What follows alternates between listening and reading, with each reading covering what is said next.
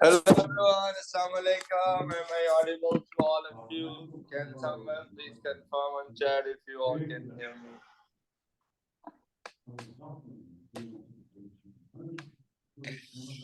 Thank you, Hassan, Farai, Umama, and the rest for your kind confirmation. And today we continue our discussion on waves, and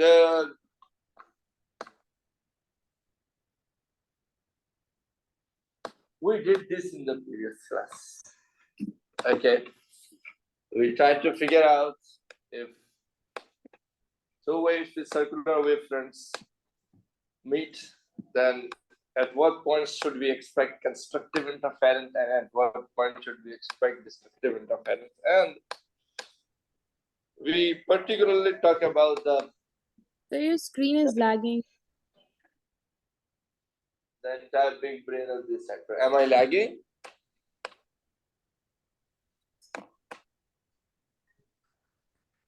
Can everyone please confirm if I'm lagging? No. Maybe there's an internet issue on your end. हमारे पास एक और device connected होती है ना, उससे पता लग जाता है अगर इंटरनेट स्लो आ रहा होता है ना. ऐसा. Okay, so भाई ये पूरे चैप्टर का जो कंक्लूजन है ना, वो ये लाइक जो सबसे इम्पोर्टेंट डिस्कशन है जो आपको जहन में रखनी है, जो आप बार बार इस्तेमाल कर रहे होगे, दैट इज दिस के when should you expect constructive interference, when should you expect destructive interference. Let me just give you a quick recap. That is, अगर दो sources of wave in phase है, कोहेरेंट है और इन phase है, यानी sources की oscillation के बीच का फेज डिफरेंस 0 है, तो इसका हरगिज मतलब ये नहीं कि उनसे निकलने वाली वेव्स भी हमेशा इन फेज होगी. उनसे निकलने वाली वेव्स अगर किसी पॉइंट पर मिलती हैं तो उनका इंटरफेरेंस कंस्ट्रक्टिव भी हो सकता है और डिस्ट्रक्टिव भी हो सकता है. किसी से बोल रहा है आईफोन का चार्जर, इनसे निकलने वाली दो वेव्स इन फेज भी मिल सकती हैं और 180 डिग्री आउट ऑफ फेज भी मिल सकती है. इस सिचुएशन में जबकि सोर्सेस की ऑसिलेशन बिल्कुल इन फेज हो, यानी सोर्सेस की ऑसिलेशन, सोर्स का फेज डिफरेंस 0 हो और फिर पाथ डिफरेंस n लैम्डा हो जाए, तो यू गेट कंस्ट्रक्टिव इंटरफेरेंस.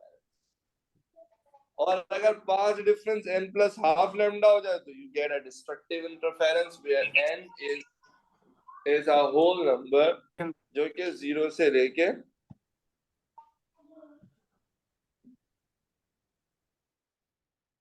1 तक 0 1 2 3 4 जिसकी वैल्यू है. ठीक है. सिमिलरली अगर दो source of coherent waves out of phase oscillate करती है, यानी सोर्स की oscillation 180 degree out of phase है तो इन दो सोर्सेस से निकलने वाली वेव्स किसी भी पॉइंट पर इन फेज भी मिल सकती हैं और 180 डिग्री आउट ऑफ फेज भी मिल सकती है. In a situation when the two sources are oscillating 180 degrees out of phase, और जब वो इन दो सोर्सेस से निकलने वाली वेव्स मिले at a path difference of n lambda, और n is a whole number, yani 0, 1, lambda 2, lambda 3, lambda 4, lambda, in such a situation you will get destructive interference, yani तब waves 180 degree out of phase मिलेगी. और similarly अगर के sources 180 degrees out of phase हैं, उनसे निकलने वाली waves ने जो distance travel किया है उनका path difference n plus half lambda है, यानी 0.5, 1.5, 2.5, 3.5 लैम्डा है. तो you will get destructive interference, यानी ऐसे में ये दोनों निकलने वाली waves मिलेंगी बिल्कुल in phase, so you will get a constructive interference. ये हम कल डिस्कस कर चुके थे. क्या यहाँ तक सारे बिल्कुल हजम कर चुके हैं चीजों को? सारे मेरे साथ हैं. मैं तो बोलूंगा इसको अच्छे से पेपर पे कॉपी करें और फिर अपने घर के बेडरूम के बेड के साथ जो लगी हुई दीवार है उस पे चिस्पा कर दें और रोज उसे मोहब्बत भरी निगाहों से देखें. ठीक है, रोज उसको देखें, इससे बातें करें, मुस्कुरा मुस्कुरा के देखें, इंशाल्लाह आफाका होगा.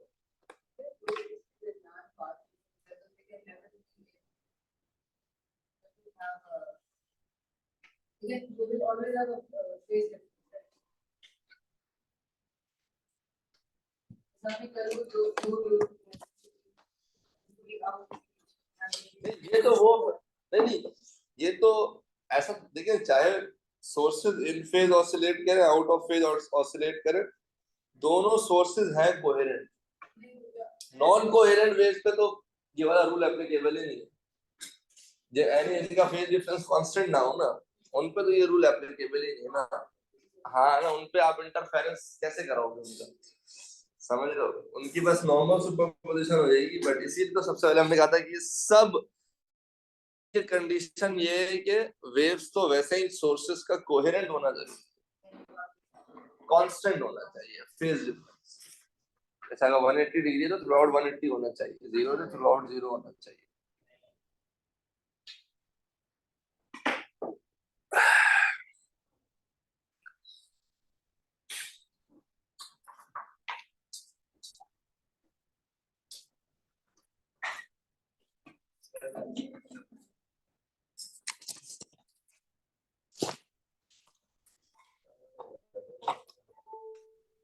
ठीक है.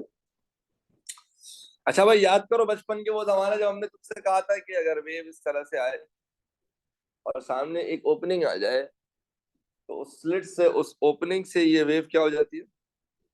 स्प्रेड कर जाती है. फिर अगर सामने फिर बैरियर आ जाए और उसमें दो ओपनिंग्स आ जाए तो डायफ्रैक्शन यहां से भी होगी और डायफ्रैक्शन यहां से भी होगी. फिर क्या होगा? फिर इन दोनों स्प्रेड होती हुई वेव्स की डिफरेंट पॉइंट्स पर एक दूसरे से मुलाकात होगी, और वो मुलाकात कंस्ट्रक्टिव भी हो सकती है और वो मुलाकात डिस्ट्रक्टिव भी हो सकती है. अगर वो दो वेव्स कंस्ट्रक्टिव इंटरफेरेंस करेंगे तो पार्टिकल्स हाई एम्पलीट्यूड के साथ ऑसिलेट करेंगे. अगर वो डिस्ट्रक्टिव इंटरफेरेंस करेंगे तो पार्टिकल स्टेशनरी हो जाएगा उस पॉइंट पे. ऐसा ही है ना, नेट डिस्प्लेसमेंट 0 हो जाएगा.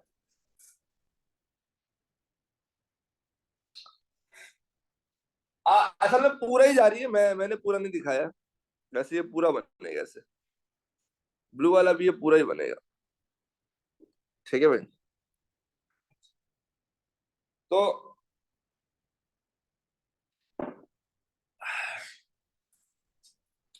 ये इस एक्सपेरिमेंट को आमतौर पर कहते हैं इंटरफेरेंस थ्रू टू स्लिट्स.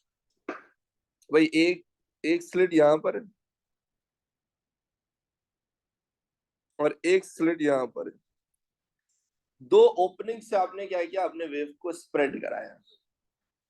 और एक्चुअली ये पीछे एक ही वेव, ऐसा कराने से फायदा ये होता है कि आपको वेव्स में कोहेरेंसी मिल जाती है, यानी आपके पास दो अलग जगह से एक जैसी वेव्स आ जाती है। टेक्निकली पीछे सोर्स एक ही है ना।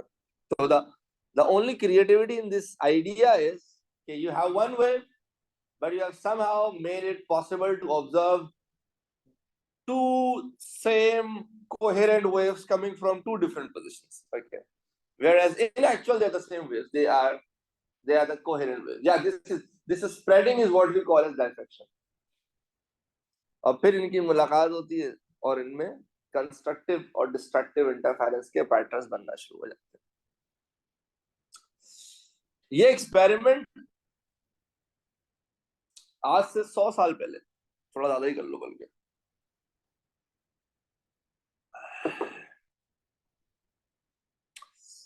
जब कायदे आजम और गांधी जी मिडिल स्कूल में हुआ करते थे, हाँ हाँ, उस वक्त यंग ने एक परफॉर्म किया। यंग चिकन स्प्रेड नामी एक साइंटिस्ट था जिसने एक्सपेरिमेंट परफॉर्म किया था, यंग डबल स्लिट एक्सपेरिमेंट।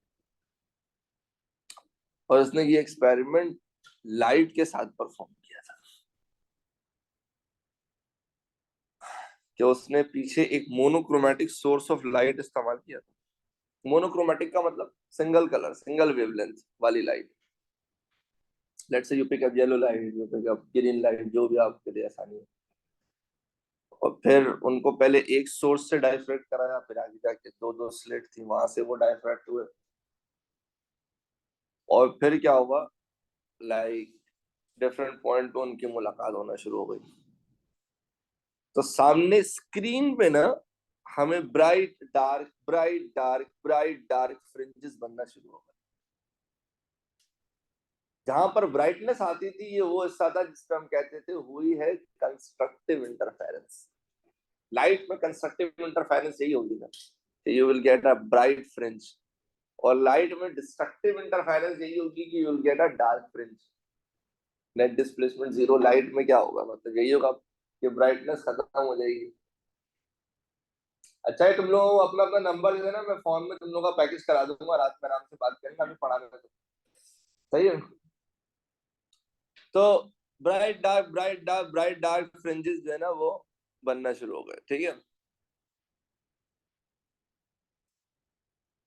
इस एक्सपेरिमेंट पे इस एक्सपेरिमेंट पे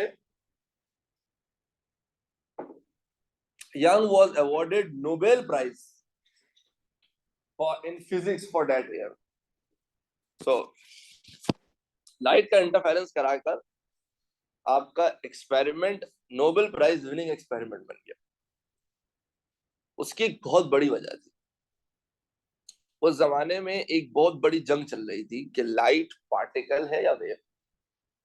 A2 में इंशाल्लाह जब हम क्वांटम फिजिक्स पढ़ेंगे तो हम देखेंगे किस तरह बड़े बड़े साइंटिस्ट, बड़े बड़े नाम गुजरे जिन्होंने लाइट को पार्टिकल या वेव एक्सप्लेन करने की कोशिश की, या इन जनरल लाइट को एक्सप्लेन करने की कोशिश की।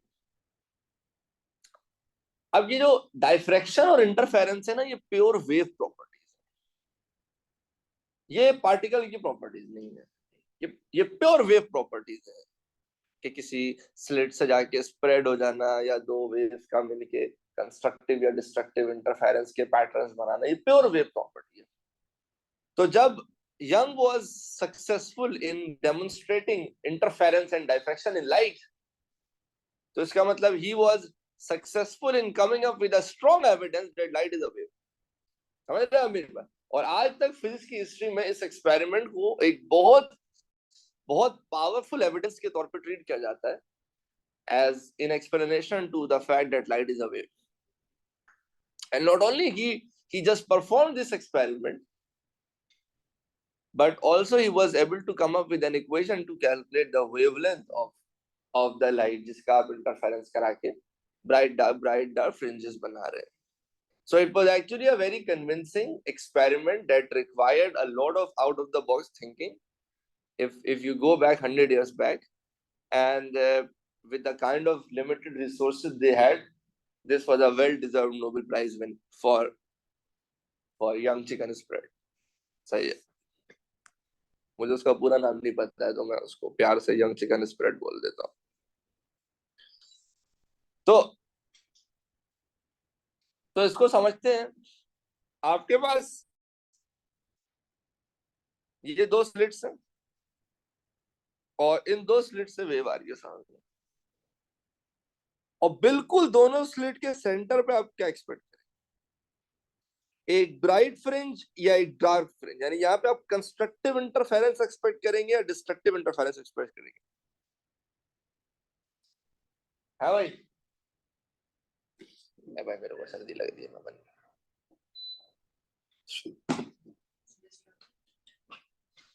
यहाँ पर होगी कंस्ट्रक्टिव इंटरफेरेंस। मैं आपको बताऊं, देखिए अगर आप बिल्कुल सेंटर पे है ना, इसका मतलब ये है कि this is an isosceles triangle, ऐसा ही है। अगर आप बिल्कुल बीच में, इसका मतलब जो ये डिस्टेंस है वही ये डिस्टेंस है। अगर ए से आने वाली वेव ने और बी से आने वाली वेव ने जो दोनों ने सेम डिस्टेंस ट्रेवल किया है, तो इसका मतलब इनका पाथ डिफरेंस क्या हो जाएगा? जीरो हो जाएगा। For a path difference of zero, which interference do you expect? You expect a constructive interference because sources तो इन फेज या इन फेज का कंपन का सोर्स एक ही है, जिधर से दोनों लाइटें आ रही हैं, दोनों वेव्स आ रही हैं। तो right at the centre what you expect is a bright fringes, यहाँ पर रोशनियां ही रोशनियां होंगी, समझ रहे हो? So to everyone listening to us online, am I able to make myself clear to all of you?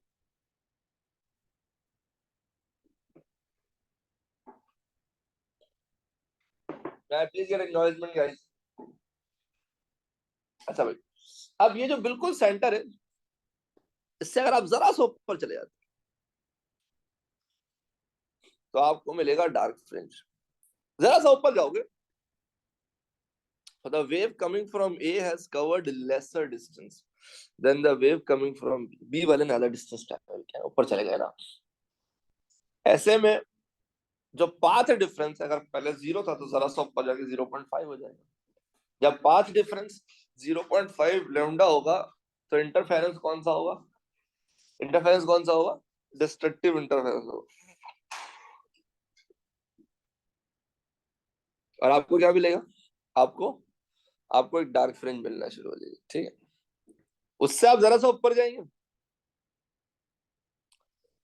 तो वो वेव जो बी से आ रही है और वो वेव जो कि ए से आ रही है, तो अगर आप उन दोनों को कंपेयर करेंगे तो ए ने अब और ज्यादा डिस्टेंस ट्रैवल किया। आपकी बार पाथ डिफरेंस पहले 0 था, फिर 0.5 था, आप कितना एक्सपेक्ट करेंगे? आप 1 लैम्डा। 1 लैम्डा पे इंटरफेरेंस आप कौन सा एक्सपेक्ट करेंगे? Constructive interference. तो आपको क्या मिल जाएगा? आपको सर मिल वो जाएगी इक्वल तो ब्राइट नहीं है? फ्रिंज। सॉरी, सर ये जो ऑरेंज लाइन सॉरी रेड वाला था दैट वाज के वो दोनों वो आइसोसली सॉरी इक्विलेटरल हाँ ट्रायंगल बना रहे थे क्योंकि वो बिल्कुल इक्वल थे। अब ब्लू वाला बिल्कुल इक्वल तो नहीं है तो वो ब्राइट बिल क्यों बन रहा है? हाँ इक्वल नहीं है, लेकिन हमारा क्या था? बिल्कुल पहले वाले में इक्वल था ना, तो पाथ डिफरेंस हो गया 0। दूसरे वाले में इक्वल नहीं है, बिल्कुल पाथ डिफरेंस है, बट अगर पाथ डिफरेंस 1 लैम्डा हो तब भी तो कंस्ट्रक्टिव इंटरफेरेंस हो जाता है। सो यहाँ पे पाथ डिफरेंस बिल्कुल भी नहीं है, ब्राइट फ्रिंज कंस्ट्रक्टिव इंटरफेरेंस। यहाँ पे 0.5 लैम्डे का है डिस्ट्रक्टिव इंटरफेरेंस, फिर 1 लैम्डा आ गया है। तो यहाँ पे आपको क्या मिलेगा? यहाँ पे क्या get again bright fringe. You get constructive interference for a path difference of 0, 1 lambda, 2 lambda, 3 lambda, 4 lambda। समझ रहे हो आप?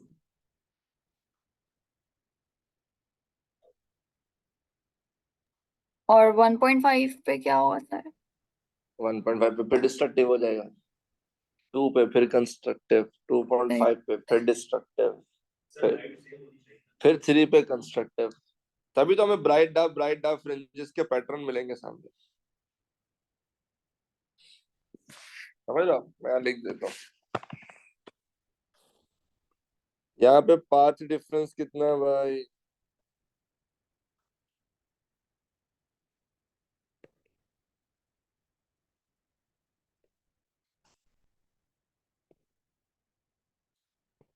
यहाँ पे पाथ डिफरेंस 0.5 लैम्डा, यहाँ पे path difference 1 lambda.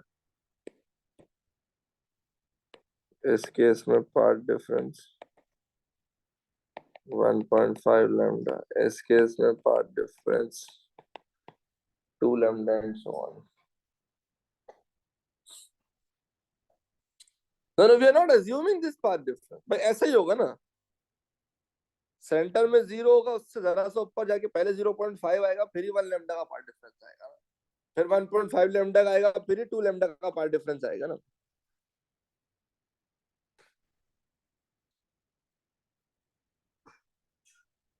So, like, we're not assuming it, this is how it has to be. Are you with me? तो यही चीज मैंने आगे फिर भी थोड़ा सा इनवर्स लिख दिया कि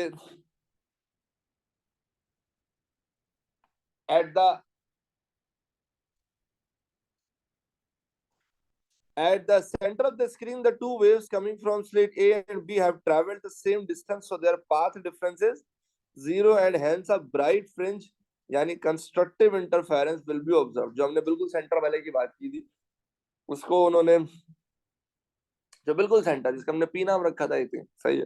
फिर एट पॉइंट क्यू जो कि थोड़ा सा पी से ऊपर था, सेंटर जरा सा ऊपर था, the wave coming from A has covered a lesser distance then the distance covered by the wave coming from B. उस केस में हमारा पाथ डिफरेंस कितना रहा? 0.5 लैम्डा. इसलिए हमें वहां पे क्या मिला? हमें वहां पे डिस्ट्रक्टिव इंटरफेरेंस मिला. और फिर आखिरी वाले केस में फिर पॉइंट आर पे पाथ डिफरेंस कितना हो गया? 1 लैम्डा हो गया. तो वहां पे हमें कंस्ट्रक्टिव इंटरफेरेंस मिला, यानी ब्राइट फ्रिंज. तो ब्राइट जहां पे कंस्ट्रक्टिव इंटरफेरेंस होगा वहां पे हमें ब्राइट फ्रिंज मिल जाएगा, यानी लाइट और ब्राइट हो जाएगी. जहां पे डिस्ट्रक्टिव इंटरफेरेंस होगा वहां पर अंधेरा हो जाएगा, यानी आपको डार्क फ्रिंज मिलना शुरू हो जाएगी. जी देखिए, फेज डिफरेंस का मैटर सिंपल है. जहां पे ब्राइट फ्रिंज है वहां पे वेव्स इन फेज है. जा नहीं ब्रो, हाँ वही तो कह रहा हूँ, वो तो पार्ट डिफरेंस से पता लगेगा ना. फॉर एग्जांपल देखिए, फेज डिफरेंस तो आप जब ऑब्जर्व करोगे तभी बताओगे ना. लाइक आपने आपने अगर कंस्ट्रक्टिव इंटरफेरेंस देख लिया, इसका मतलब फेज डिफरेंस 360 है या 0 है. समझ रहे हो? वेव्स इन फेज मिलेंगी तभी तो कंस्ट्रक्टिव इंटरफेरेंस होगा. लेकिन ये पता कैसे लगेगा कि ये वेव्स इन फेज मिलेंगी या आउट ऑफ फेज मिलेंगी? इसकी प्रेडिक्शन कैसे होगी? ये पाथ डिफरेंस से होती है. क्या आप पाथ डिफरेंस फिगर आउट करते हैं? अगर पाथ डिफरेंस है 0, 1 लैम्डा, 2 लैम्डा, 3 लैम्डा, तो आपको पता है इन्होंने इन फेज ही मिलना है. अगर 0.5, 1.5, 2.5 है तो आपको पता है कि इन्होंने लैम्डा, तो फिर आपको पता है कि इन्होंने 180 डिग्री आउट ऑफ फेज ही मिलना है. देखिए, अगर आपने देख लिया ना कि यहाँ पे कंस्ट्रक्टिव इंटरफेरेंस हो रहा है, देखिए मैं बताता हूँ एग्जाम में क्वेश्चन कैसे आता है. इसमें एग्जाम में आपसे आएगा क्वेश्चन, लेट्स से उन्होंने पिक कर लिया पॉइंट पी, ठीक है. वो आपसे दो तरीकों से क्वेश्चन पूछेंगे, दोनों बहुत कॉमन है पास. कहेगा explain in terms of phase difference, explain in terms of phase difference why there is a bright fringe at point P. आप बोलोगे the two waves coming at point P are in phase with each other or have a zero phase difference. This is why there is a constructive interference and hence we see a bright fringe at point P. समझ आ रही है बात? सवाल गौर से पढ़ना, दोबारा सुनो. सवाल क्या है? Explain in terms of phase difference why there is a bright fringe at point P. आप लिखेंगे the waves coming from A and B have a phase difference of 0 degrees or they are in phase with each other and hence there is a constructive interference between the two waves. This is why we observe a bright fringe at point E. सही है. अब आता है यही सवाल, explain in terms of path difference. Explain in terms of path difference. Why do we observe a bright fringe at point P? अब आप क्या लिखोगे? Path difference की फॉर्म में आप लिखोगे the wave coming from A and the wave coming from B at point P have traveled the same distance, hence their path difference is 0. This is why we observe a constructive interference and see a bright fringe at point B.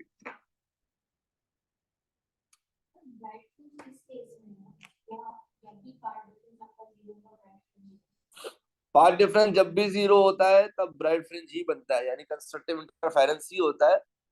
और इसकी भी condition है वो ये कि sources इन phase होनी चाहिए, और हमारी सोर्सेज इन फेज, हमारा सोर्स है ही एक्चुअली, मतलब पीछे से तो एक ही सोर्स आ रही है ना जिससे ये वेव आ रही है.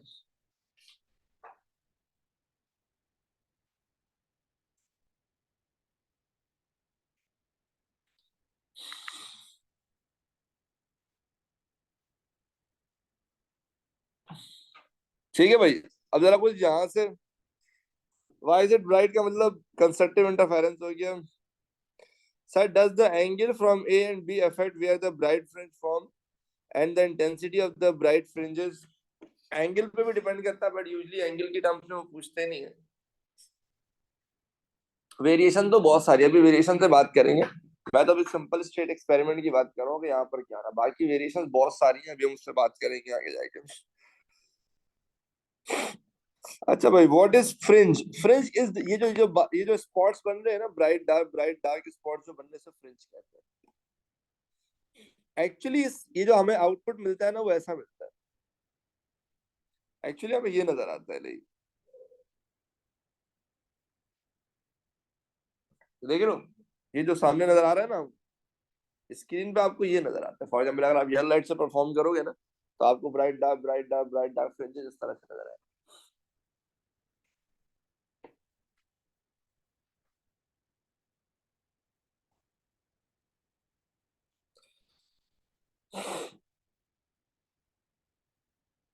How the source change, color changing? I mean, like, how is the skin showing the brightness or the darkness? Constructive interference होगा ना, तो you will get bright fringe. Constructive interference का मतलब जो असल में एम्पलीट्यूड रिप्रेजेंट करता है आपकी इंटेंसिटी को। ये याद आ रहा है सबको? तो अगर फॉर एग्जांपल कंस्ट्रक्टिव इंटरफेरेंस होता है ना आसिम, तो एम्पलीट्यूड हो जाता है डबल, तो ब्राइटनेस बढ़ जाती है। और अगर डिस्ट्रक्टिव इंटरफेरेंस होता है तो एम्पलीट्यूड हो जाता है जीरो, क्योंकि अगर एक का एम्पलीट्यूड +2 था लेट से, दूसरे का -2। जीरो एम्पलीट्यूड पे ब्राइटनेस जीरो हो जाती है, इसलिए आपको अंधेरा नजर आता है, आपको डार्क फ्रिंज नजर आना शुरू हो जाती है। आसिम समझ आ रही है बात? सही है। अच्छा, एक इसी तरह का एक आंसर यहाँ पे रख के बता दूं, पॉइंट आर पे रख के भी समझा दूं। कोई कह रहा है ना पॉइंट आर पे रख के समझा दूं, देखो भाई अगेन एग्जाम में पूछते हैं, let's see. Explain in terms of phase difference whether there is a constructive why there is a bright fringe at point R. तो आप लिखोगे the two waves coming from A and B are in phase with each other, so their interference is constructive, यानी phase difference zero है, and hence we observe a bright fringe। भाई phase difference के form में हर बार एक explanation हो जाएगा। Bright fringe है तो आप क्या बोलोगे? They are in phase with each other. अच्छा, अगर वो आपसे कहता है कि explain in terms of path difference why there is a bright fringe at R, अब आप क्या लिखोगे? There is a difference in distance traveled by waves coming from slit A and slit B. The path difference between between the wave coming from A and wave coming from B is 1 lambda. Hence, we observe a constructive interference. So, a bright fringe is observed at point R. समझ रहे हो आप मेरी बात? कोई आपसे पूछता है बताओ भाई पॉइंट Q पर डार्क फ्रिंज क्यों बन रहा है, तो अगेन वो पहले क्वेश्चन में मेंशन करेगा ना कि explain in terms of path difference and terms of phase difference. अगर वो कहता है explain in terms of phase difference why there is a dark fringe at point Q, तो आप क्या लिखोगे? आप फेज डिफरेंस के फॉर्म में आप सिंपली लिखोगे the waves coming from A and the waves coming from B are 180 degrees out of phase, hence there is a destructive interference, so we observe a dark fringe at point q। But अगर वो पूछता है explain in terms of path difference why there is a dark fringe at point Q, तो आप क्या लिखेंगे? आप लिखेंगे there is a path difference of 0.5 lambda between the waves coming from A and the waves coming from B, and for a path difference of 0.5 lambda we observe a destructive interference, hence a dark fringe is formed। समझ आया मुबारक?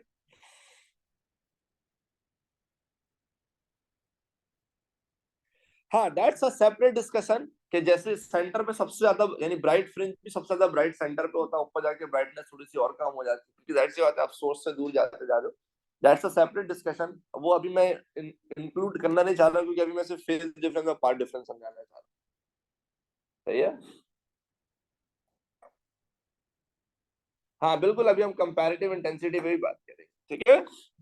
I think it's now clear, क्योंकि अब आप लोग थोड़ा आगे के सवाल पूछ रहे हैं जो हम ऑलरेडी अभी डिस्कस करेंगे। Okay, so this is the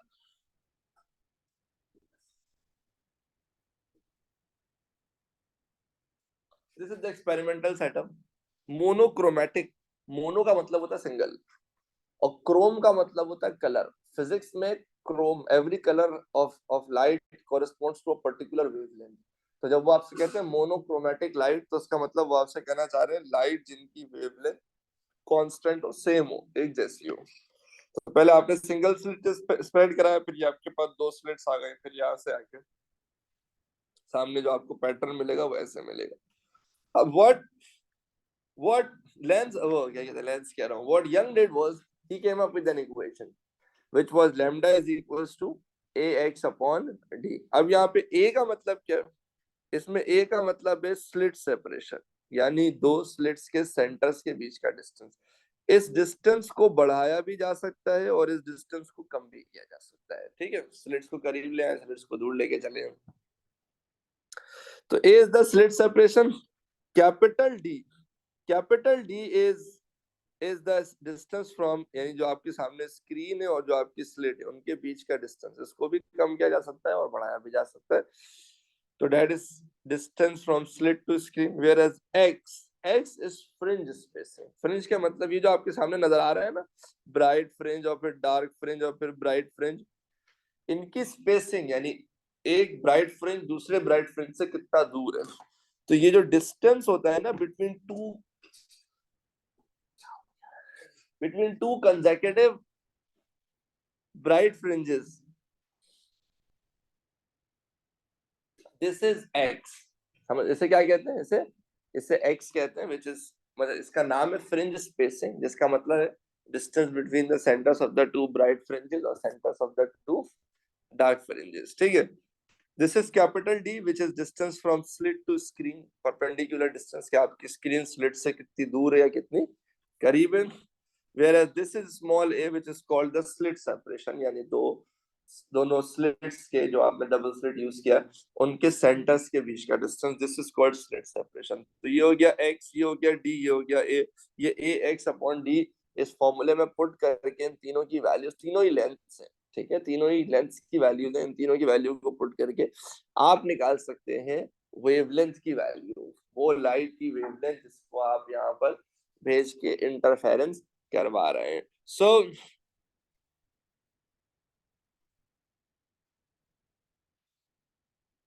So what is fringe spacing? That is the distance between the centers of the two consecutive bright or two consecutive dark fringes. ठीक है.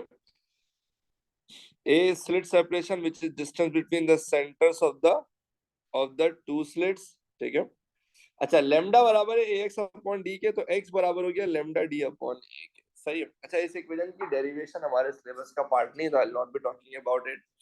जो आपके लोकल बोर्ड्स है ना, like federal board हो गया या आपका सिंध बोर्ड हो गया, सही है, ज्यादा तरक्की याफ्ता बोर्ड जैसे हम कहते हैं, तो उनके जो एग्जाम्स होते हैं ना, उनके सिलेबस में इसकी पूरी डेरिवेशन है. ओके, सो अगर जब आप लोकल यूनिवर्सिटीज के एंट्रेंस टेस्ट की प्रिपरेशन करेंगे तो इंशाल्लाह आपको सब्जेक्ट से गुजरना होगा. सही है.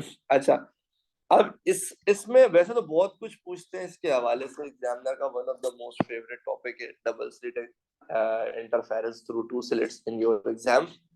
एक तो ये है कि जाहिर है इस इक्वेशन को यूज करना आना चाहिए. जब हम इसके क्वेश्चंस करेंगे तो विल सी कि हम किस तरह इस इक्वेशन को यूज कर सकते हैं डिफरेंट सिचुएशंस पे. एक फैक्टर्स पे बड़ी बात होती है कि ये जो एक्स है ना, जिसे कहते हैं फ्रिंज स्पेसिंग, यानी दो ब्राइट फ्रिंजेस एक दूसरे से कितनी दूर है, इस स्पेसिंग को आप कम और ज्यादा कर सकते हैं by making alteration in any of the. जैसे फॉर एग्जांपल आप जो लाइट यूज कर रहे हैं, आप उसकी वेवलेंथ बढ़ा दें, तो आप ऑटोमेटिकली देखेंगे कि एक्स की वैल्यू यानी फ्रिंज की स्पेसिंग बढ़ना शुरू हो जाएगी. जैसे फॉर एग्जांपल अगर मैं आपसे बात करूं, तो वायलेट से लेके रेड तक में सबसे ज्यादा वेवलेंथ रेड की होती है, नियरली 700 नैनोमीटर, और वायलेट की होती है 400 नैनोमीटर. तो जब आप रेड लाइट यूज करेंगे ना, तो ऑटोमेटिकली आप देखेंगे ये स्पेसिंग आपको ज्यादा मिलेगी on a given experimental setup. और जब आप कम यानी ब्लू यूज कर ले, वायलेट यूज कर ले, जिसकी वेवलेंथ कम होती है, तो ऑटोमेटिकली आप क्या देखेंगे, फ्रिंज सेपरेशन कम होना शुरू हो जाएगी.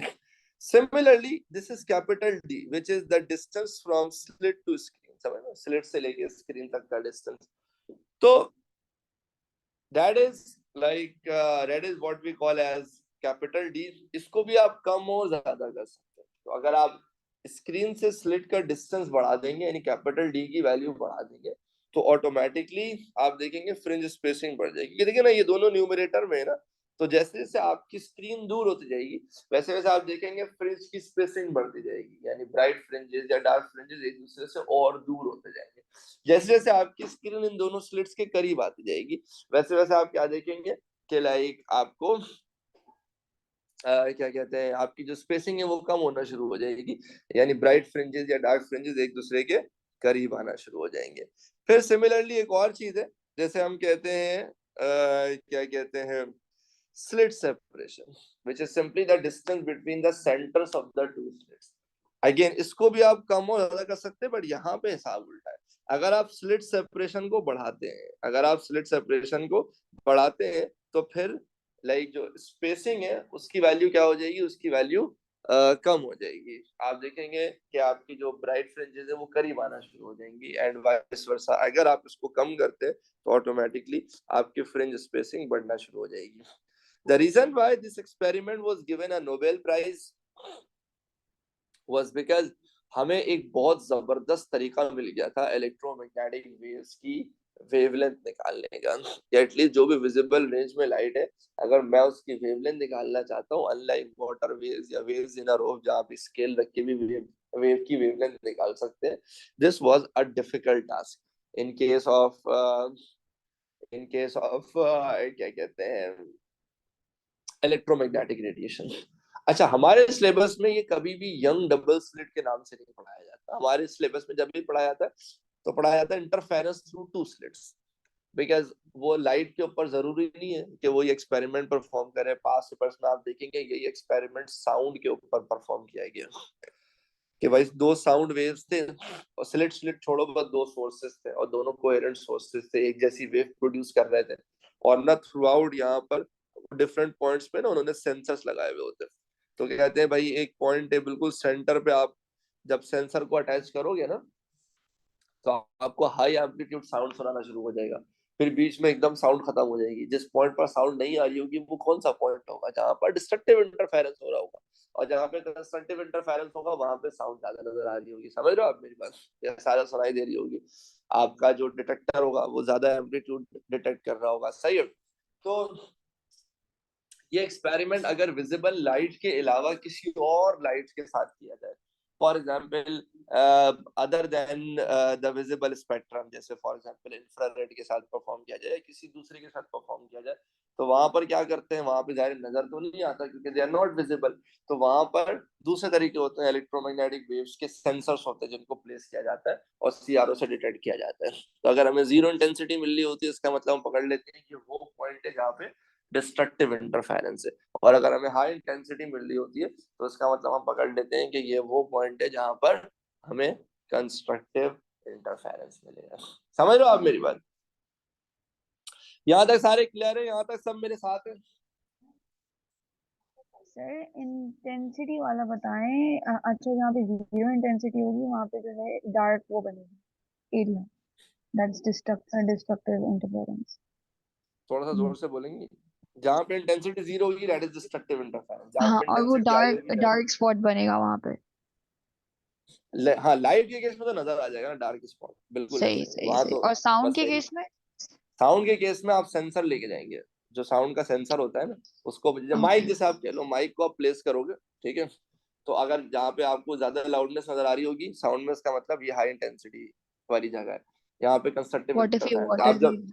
आप जब माइक को मूव करोगे ना तो आपको नजर आ रहा होगा, समझ लो, जहाँ पे हाई इंटेंसिटी होगी वहां पे आपका आउटपुट पे ज्यादा हाई एम्पलीट्यूड आपको मिलना शुरू हो जाएगा, जहाँ पे और डिस्ट्रक्टिव होगी वहां पे आपको कम आउटपुट सर मिलना शुरू हो जाएगा। सीआरओ वाला क्या पार्ट था, थोड़ा सा मुझे अनक्लियर है जी।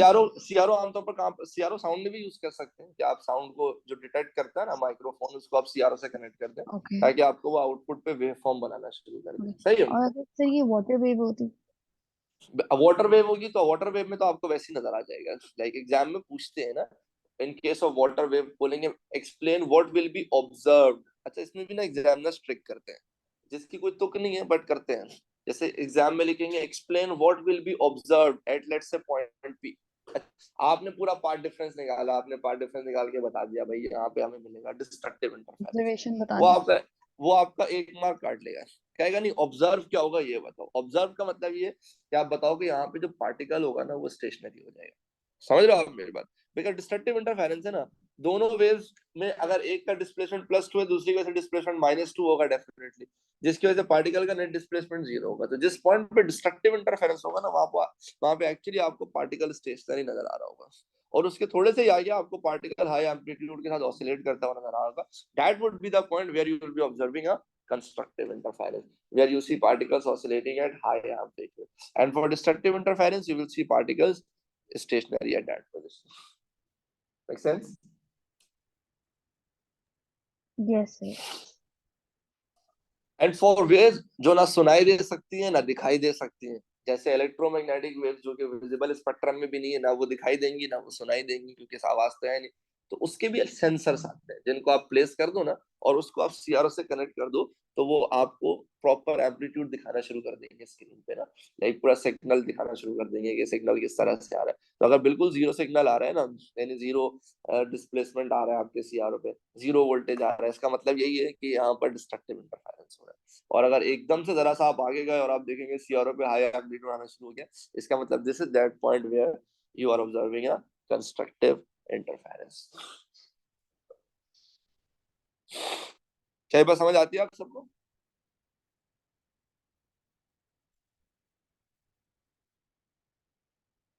अब इसमें एग्जाम में ना बड़े क्वेश्चंस पूछे जाते हैं, यानी ये एक छोटा सा टॉपिक है, वो पिछले 20 साल से पूछा जा रहा है। सोचो ना कितनी वेरिएशन हुई, एग्जाम भी थक जाना, भी थक जाना है कि सवाल बार बार पूछ के, तो वो बिला वजह के कीड़े निकाल रहा होता है। अब वो कीड़े क्या होते हैं, अगर फॉर एग्जाम्पल मैं 2 स्लिट्स में से एक की इंटेंसिटी बढ़ा दूं और एक की इंटेंसिटी कम कर दूं, तो बताइए मेरे उस पर क्या फर्क पड़ेगा? समझ रहे हो आप मेरे बात? तो ये छोटे छोटे फैक्टर्स है जिन पर हम बिल्कुल आगे जाके बात करेंगे, बट उससे पहले हमें स्टार्ट करना होता है डायफ्रैक्शन ग्रेडिंग, जो कि हम आज नहीं स्टार्ट कर सकते बिकॉज बिल्कुल ही बीच में हमारी बात रह जाएगी। अभी हमारे पास फिर भी 8-10 मिनट है, मैं देखता हूँ अगर मैं कोई इक्का दुक्का एमसीक्यू आपसे कोई डिस्कस कर सकूं। छोड़ दें, क्यों छोड़ दें भाई?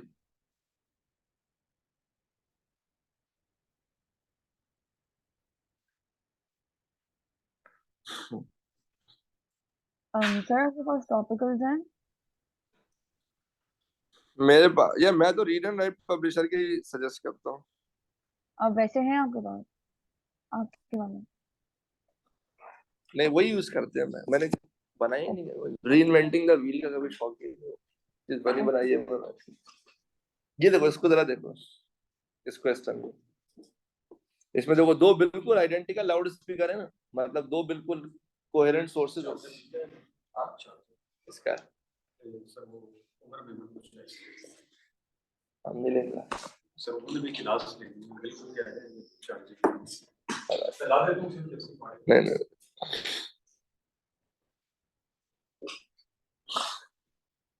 हाँ भाई, आंसर ज्यादा कॉन्सेप्ट पे फोकस करें, रीड करें और देखें।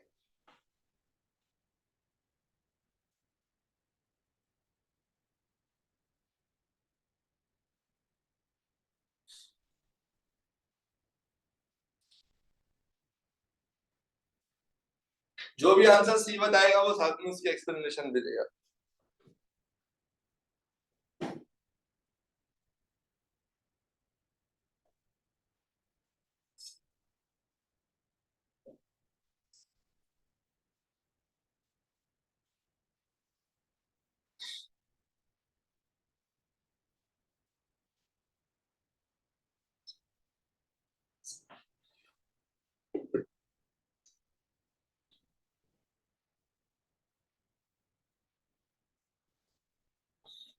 आप में से कितने लोग इंटरेस्टेड हैं साइंस इवेंट में जाने के लिए?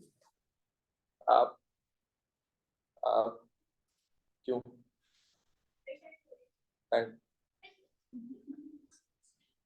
नहीं, इस बार वो अच्छा करा है। बाकी तुम गई थी लास्ट से? हाँ, ऐसे मैं साइंटिस्ट जा रहा हूँ, वो भी अच्छा है।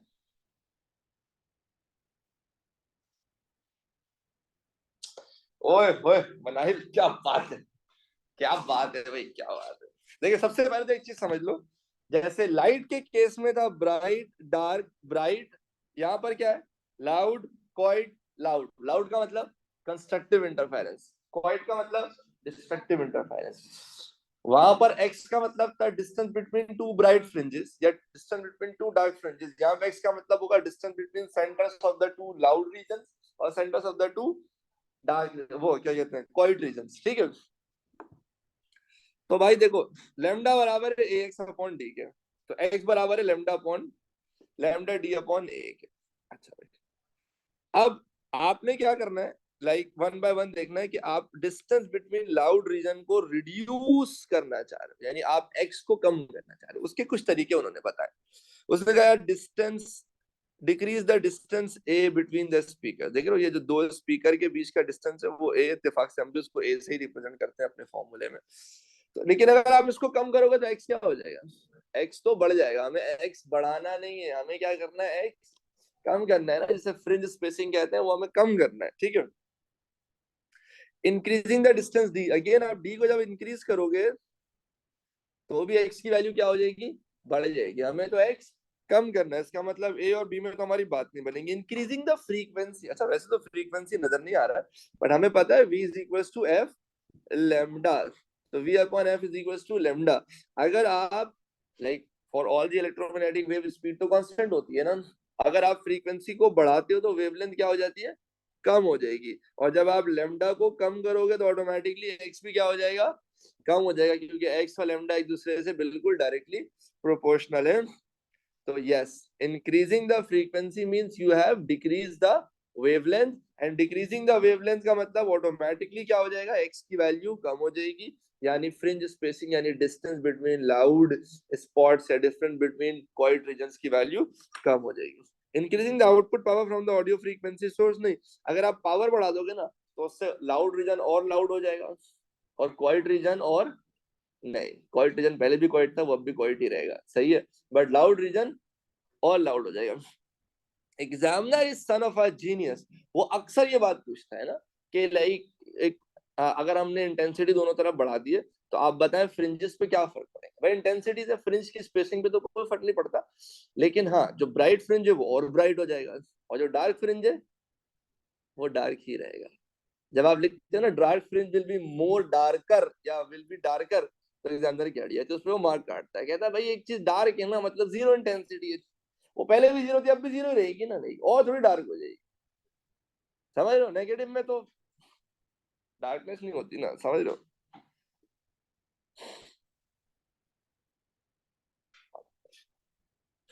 ठीक है भाई, बोलो ना, आई ऑल विद मी, प्यार हो रहा है आप लोगों को फिजिक्स, जल्दी बताएं प्लीज।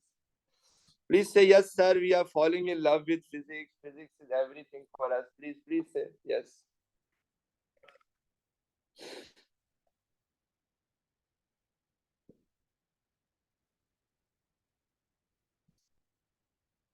क्लियर भाई, कम हो रहा है।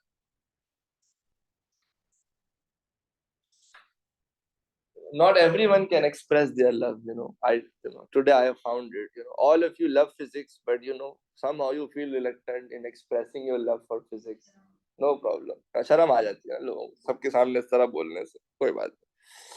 Okay guys, like हमारे पास है 6-7 minute, but I won't be teaching further because नया टॉपिक डायफ्रैक्शन की रीडिंग है, वो इंशाल्लाह I would want to start from the next class. So is indirectly proportional, inversely नहीं, indirectly, ये भी ठीक है। ठीक है भाई, चलें, सी यू ऑल इंशाल्लाह इन द नेक्स्ट क्लास, अपना ख्याल रखिएगा, अल्लाह।